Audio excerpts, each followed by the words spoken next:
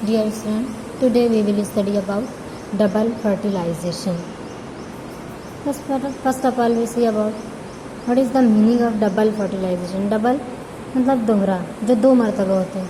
Fertilisation यानी उर्दू में आप पढ़ें हमारे 12 यानी नर और मादा ज़वाजा का मिलना, मेल और फीमेल गैमेट का मिलाप जो होता है उसको फर्टिलाइजेशन कहा जाता है. अब ये डबल फर्टिलाइजेशन, इसकी डेफिनेशन क्या रहेगी? The process in which both the male gamete is used, और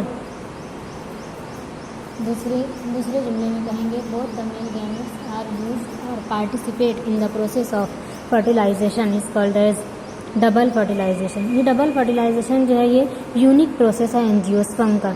ये सिर्फ एंजियोस्पर्म में ही होता है, हायर प्लांट में ही होता है.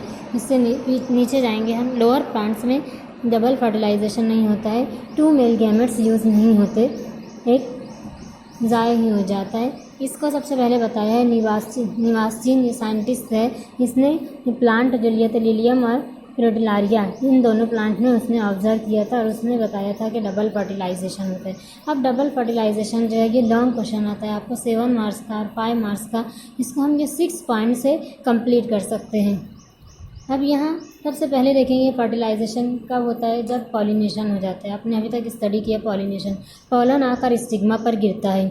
स्टिग्मा पर गिरता है मीन्स ये जो कार्पेल होती है इसके स्टिग्मा पर पॉलन आकर गिरता है. अब यहाँ आने के बाद पॉलन का जर्मिनेशन होता है. जर्मिनेशन होता है यानी स्टिग्मेटिक जूस रिलीज़ करता है. वो स्टिग्मेटिक जूस जो होता है वो पॉलन जो है इसके एक्साइन में जो पोर होता है, जर्म पोर, उससे एब्सॉर्ब करता है एंटाइन से और उनके साइटोप्लाज्म में जाता है, जिससे साइटोप्लाज्म उसका एक्सपांड होता है और प्रेशर एक्सर्ट करता है. और इंटाइन जो है वो सॉफ्ट, स्मूथ, फ्लेक्सिबल होती है.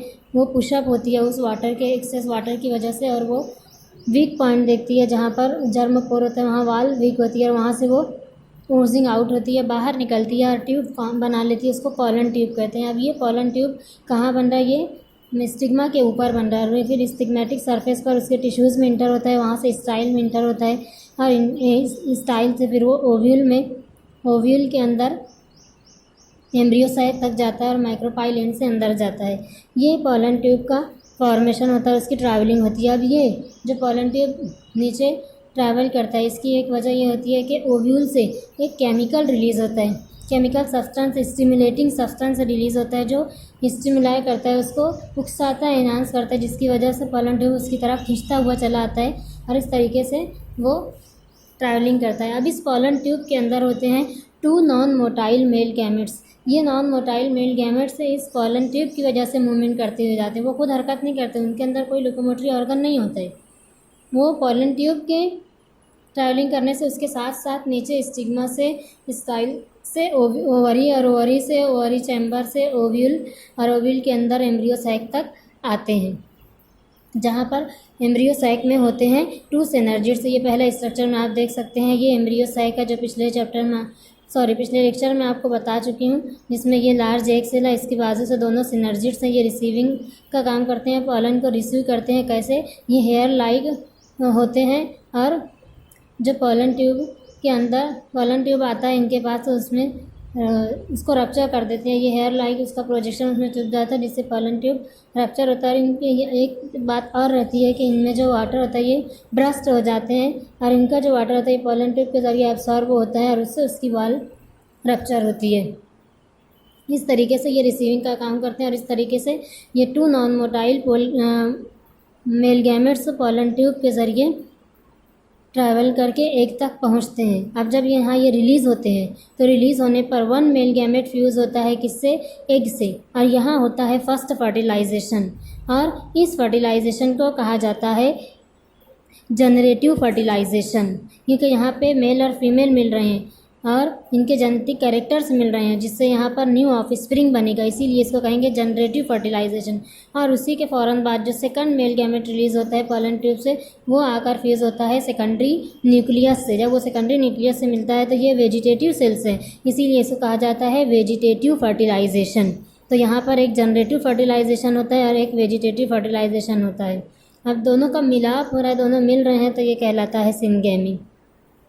इस तरीके से ये फर्टिलाइजेशन का प्रोसेस होता है। अब इसमें हम ये जो टर्म्स यहाँ लिखी हुई है हम देखेंगे। पोरोगैमी, सबसे पहला पॉइंट जो दिया है पोरोगैमी। पोरो के मीन पोर्स होते हैं, गैमी के मीन्स होता है फ्यूज़न और मिलना। यहाँ पर क्या होता है, पोलन ट्यूब जो इंटर होता है थ्रू माइक्रोपाइलर एंड। इस पहली फिगर में आप देखेंगे ये एम्ब्रियो साइक है, ये न्यूसिलस इसका है, और उसके बाद ये दोनों टू इंटीग्यूमेंट्स हैं और ये इंटीग्यूमेंट्स लिविंग करते हैं एक पॉइंट अपर साइड पर माइक्रोपाइलर एंड पर, जिसको कहा जाता है माइक्रोपाइल। एक बारीक सा सुराख होता है जो किसकी एंट्री के लिए होता है, पोलन ट्यूब के, जो मैंने अभी आपको पूरा डिस्क्राइब किया है कि पोलन ट्यूब कैसे इंटर होता है। तो इस पोलन ट्यूब के एंट्री जो होती है इस माइक्रोपाइलर एंड से होती है। जब इस सुराख के ज़रिए होती है, पोर के ज़रिए होती है, तो उसको कहा जाता है पोरोगैमी।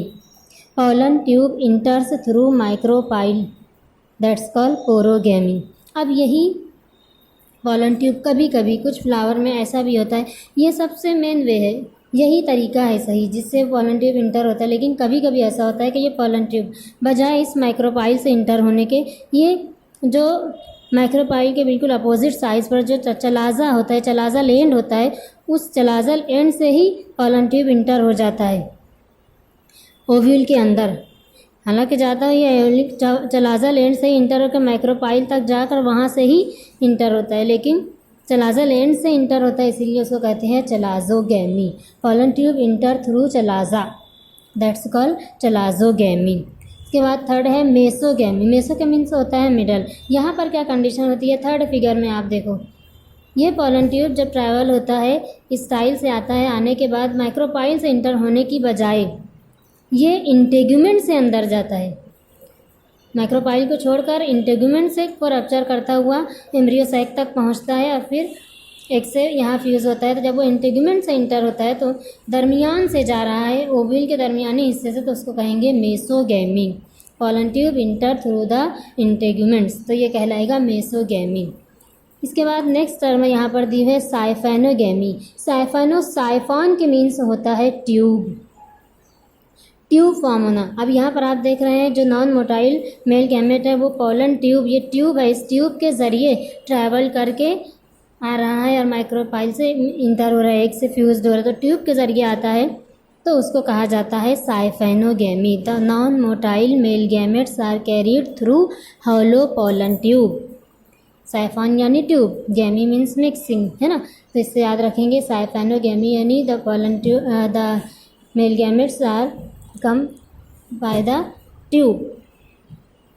नेक्स्ट है सिनगैमी।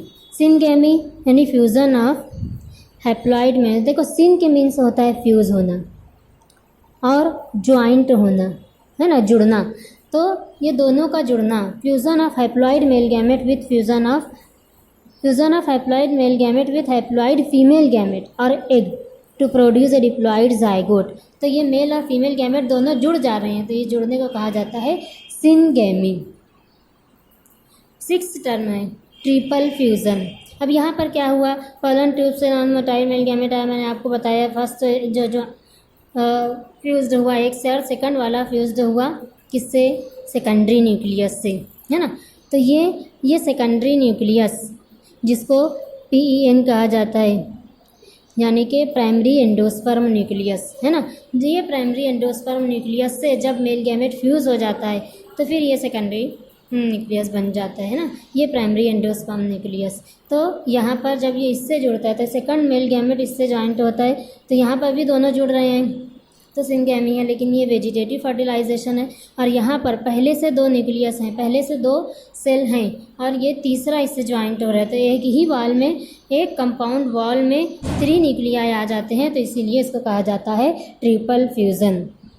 और ये ट्रिपल फ्यूज़न ही ये डबल फर्टिलाइजेशन का यूनिक कैरेक्टर है, जिसमें both male gametes are used और participate in the process of fertilization is a unique character of angiosperm. अब इसका सिग्निफिकेंस क्या होता है, इसका सिग्निफिकेंस, इसका फ़ायदा ये होता है कि जब दोनों मेल गैमेट यूज़ होते हैं तो जो पेरेंट प्लांट होता है वो सीड फॉर्म करता है और वो सीड जो होते हैं फूड स्टोर किए हुए होते हैं, जिसकी वजह से फर्टिलाइजेशन वहाँ पर कंफर्म होता है कि हर हाल में वहाँ फर्टिलाइजेशन होगा और सीड फॉर्म होगा। जब ये डिप्लॉइड जाइगोट डेवलप होते हैं एम्ब्रियो से, तो ये क्या देता है कि इससे न्यू प्लांट ही आएगा कॉन्सिस्टेंटली, यानी हर हाल में न्यू प्लांट इससे ग्रो होगा। चौथा सिग्निफिकेंट इसका देखेंगे कि ये प्राइमरी एंडोस्पर्म न्यूक्लियस जो होता है ये न्यूट्रिटिव टिश्यू होता है, ये यहाँ पर प्रेजेंट रहता है, न्यूट्रिटिव टिश्यू होता है। ये रेगुलर नरिशमेंट देते रहता है ओविल को, एग को, जिसकी वजह से ये डेवलप होता है सीड में। और आगे है ये रिस्टोर करता है diploid condition bye fusion of haploid male gamete. तो क्या होगा, ये हैप्लॉइड फीमेल गैमेट दोनों हैप्लॉइड होते हैं और दोनों मिलते हैं तो डिप्लॉइड कंडीशन आती है सिंगैमी के ज़रिए। ये भी एक सिग्निफिकेंस है इसका। और ये अवॉइड करता है पॉली एम्ब्रियोनी। जब यहाँ मेल गैमेट इंटर हो जाता है और फ्यूज़न होता है, फर्टिलाइजेशन हो गया, तो फिर यहाँ पर पॉली एम्ब्रियोनी नहीं होती। ये भी इसका एक सिग्निफिकेंस है। इस तरीके से ये लॉन्ग क्वेश्चन जो है हमारा ये लॉन्ग क्वेश्चन जो है डबल फर्टिलाइजेशन का कंप्लीट होता है। ये 6 पॉइंट के ज़रिए, जिसमें आपको ये सारे पॉइंट्स बताने हैं, पोरोगैमी, चलाजोगैमी, मेसोगैमी, साइफेनोगैमी, सिंगैमी, ट्रिपल फ्यूज़न। और ये सिंगैमी में बताना है जनरेटिव फर्टिलाइजेशन और वेजिटेटिव फर्टिलाइजेशन। इस तरीके से यहाँ ये कंप्लीट होता है डबल फर्टिलाइजेशन।